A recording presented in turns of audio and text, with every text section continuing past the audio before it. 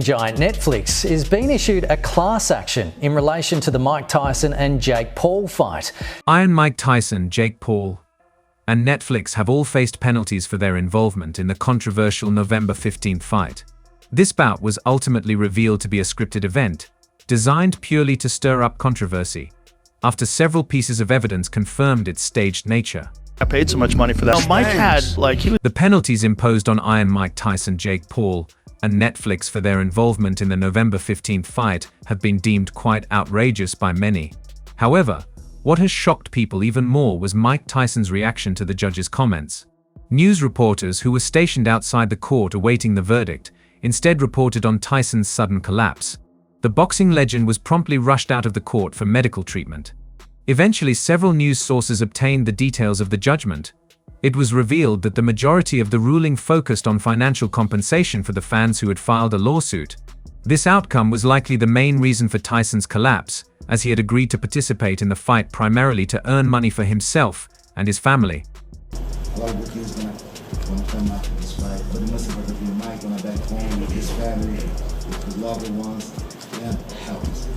In the end of the day, we just want to fight it, after big help and back home with it. Asking a person to make significant financial sacrifices, particularly a 58-year-old with a history of health complications, is unlikely to end well.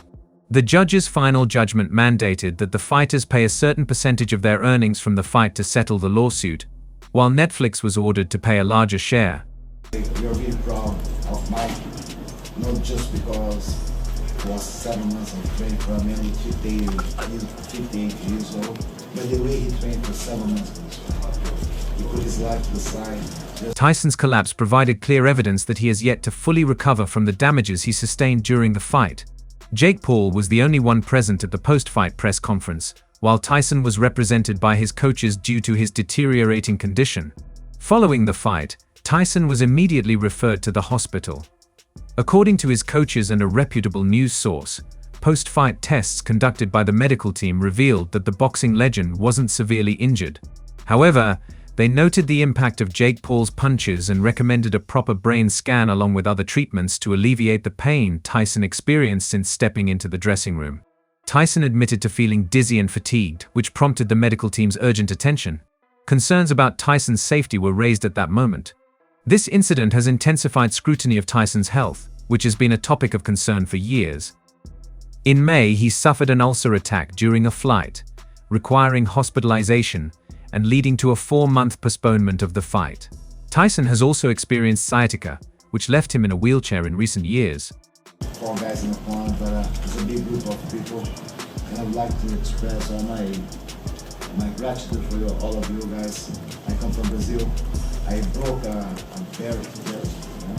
barrier. Mike Tyson will need to remain in the hospital for the time being to avoid any unexpected complications. The Texas Department of Licensing and Regulation, TELDRA, has faced heavy criticism from several boxing professionals. Friends of Tyson, like Lennox Lewis and Evander Holyfield, who were with him before and after the fight, voiced their discontent. Their complaints focused on the inflexibility of the rules, which they believed should have been more lenient given Tyson's condition. Meanwhile, the broader boxing community criticized the decision to pit Tyson against Jake Paul, arguing that the match should never have been sanctioned. Fans and professionals alike foresaw the potential dangers, but the fantasy and deception of Tyson's sparring and training sessions led many to believe the 58-year-old could handle the fight. Tyson's performance in the ring told a different story. He landed only 18 punches, compared to Paul's 78, and appeared visibly fatigued throughout the bout. After the fight, Tyson collapsed, highlighting his vulnerability. While Jake Paul attended the post-fight press conference, Tyson's coaches stood in for him as he was rushed to the hospital. Medical tests showed no severe injuries but recommended further scans and treatments due to the damage from Paul's punches. Tyson's dizziness and fatigue drew immediate attention, raising alarms about his safety. This incident adds to the ongoing discussions about Tyson's health, including a recent ulcer attack in May and a period of wheelchair use a few years ago. Critics have targeted the TEL for allowing the fight to proceed.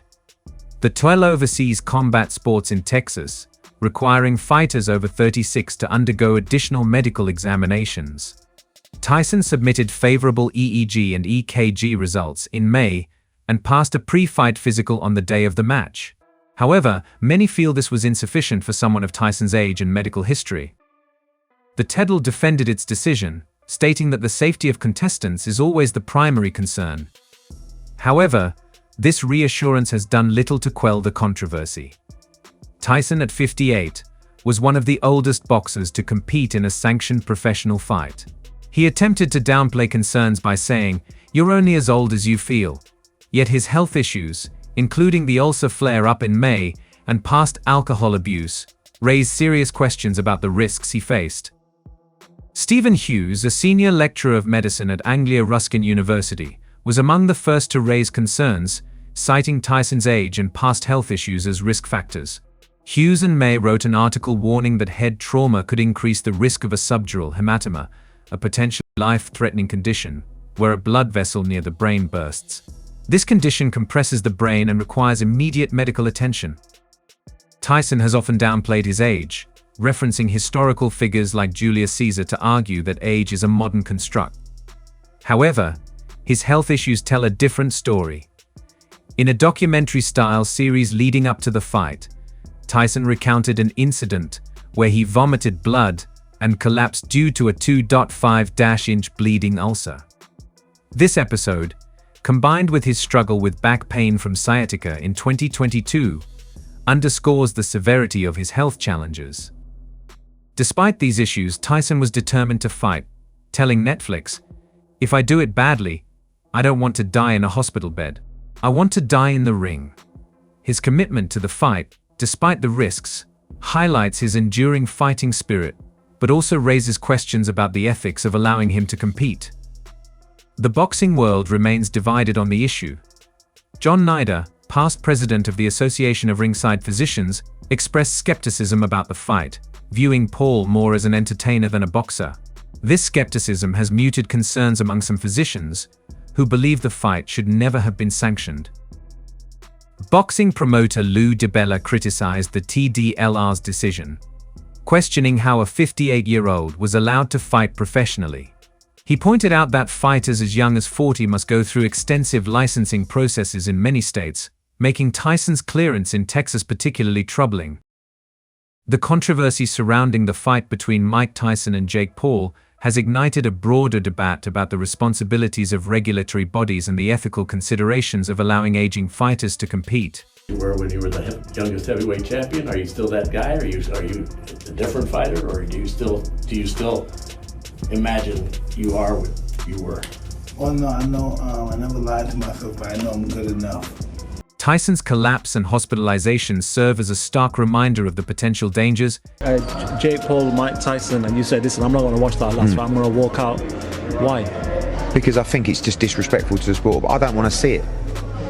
I don't want to watch one of my... Emphasizing the need for stringent regulations to protect the health and safety of fighters.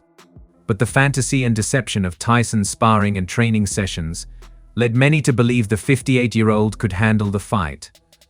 Tyson's performance in the ring told a different story.